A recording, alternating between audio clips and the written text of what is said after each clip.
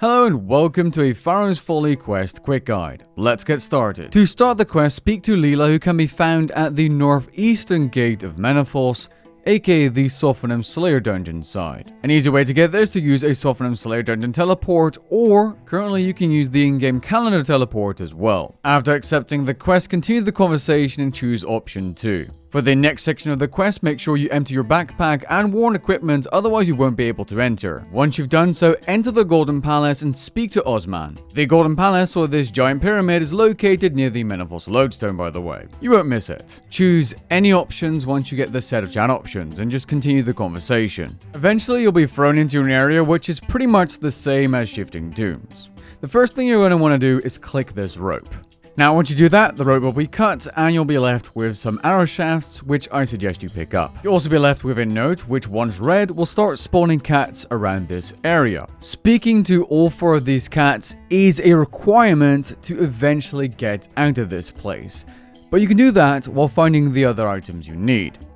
You're going to need to have a gut string, which you can get from siphoning the urns, a curved bone, which you get from speaking to all 4 cats, feathers, which you get from the chests, and crystal shards, which you get from mining the crystal corruptions, aka the spiky ores. I'm not sure if you need the following item, but you can also collect a moldy bandage by searching a sarcophagus. To open these, simply follow the pattern, which is usually 3 pads or panels in a row, to unlock it. Sometimes you need to wait for the green little gas thing around the sarcophagus for it to reset, or for the message on your screen saying you hear a click.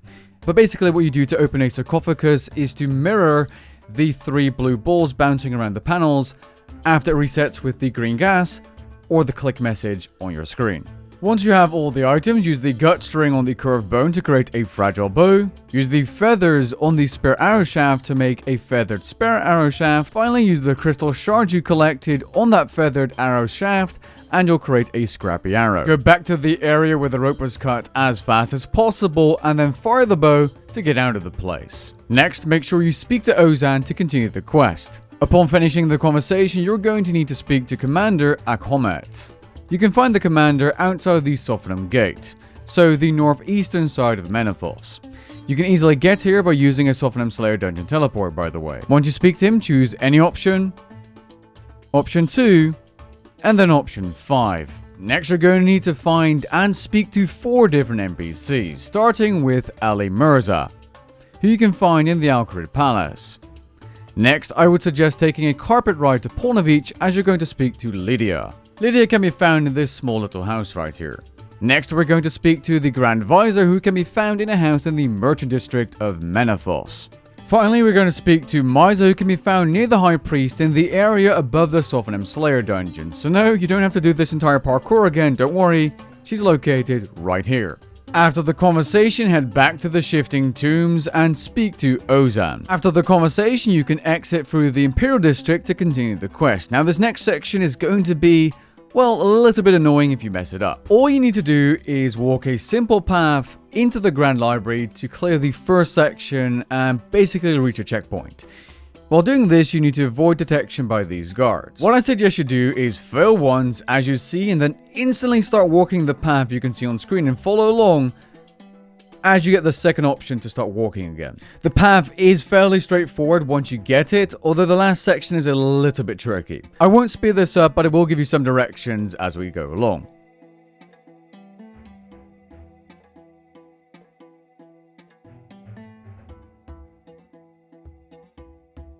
Just before you reach the end of the pool, you want to go down, otherwise you won't be able to avoid the guard right in front of you. Go down, and then to the right, and then go all the way until the bushes, and you'll be safe.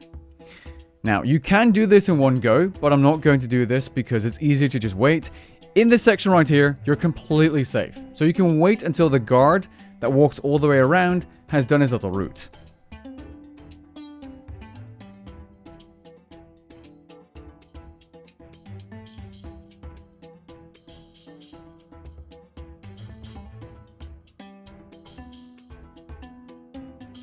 Okay, so the guard is walking back, we're getting into position, and we're going to try and sneak around this tree right here. And we need to be careful because you can get detected if you click too far or too fast. Move around, and up, and quickly before the guard in the upper left corner catches you. The timing on this one is a little bit tricky, but once you do make it, you'll have a checkpoint, unless you log out, that is. Please don't log out at this step like I did, because you'll mess up. Also, once inside, speak to Ozan immediately, because otherwise you will not get the torch, crucial for completing this part of the quest. Head towards the south. Then as soon as this NPC turns its back on you, head towards the stairs. Make a break for it. You can stand pretty close before he turns his back, by the way. Just make sure you're not getting caught. Once you make it to the stairs, head a little bit down, and then click the torch in your inventory. This will start a cutscene.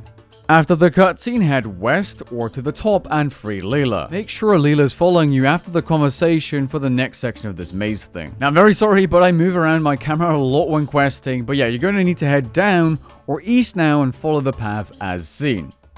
The next guard is a tricky one because you can stand pretty close near the tables and he won't actually spot you, and you actually need to give yourself that little bit of room of error and then make a break by going north or to the right from the perspective in the video and head down those stairs as well.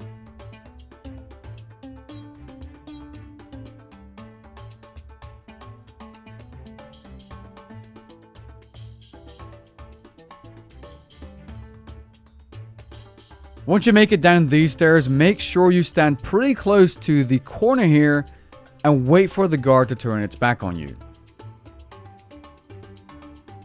Pretty much stand in the spot where I'm standing in. Once he turns his back on you, go to the top in terms of the perspective of this video or to the west and head down the stairs.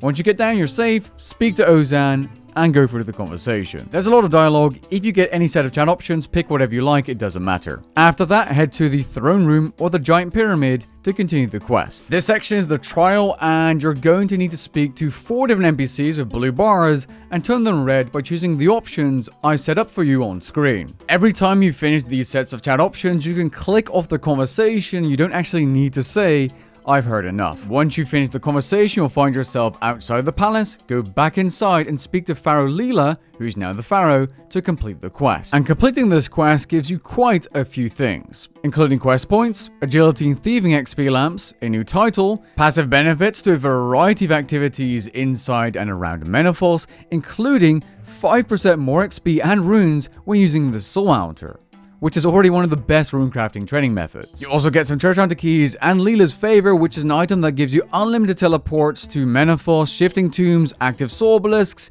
and the Sophonim Slayer dungeon. Pretty neat little quality of life item. Hope this quest guide helped you out. Catch you guys in the next one. Peace.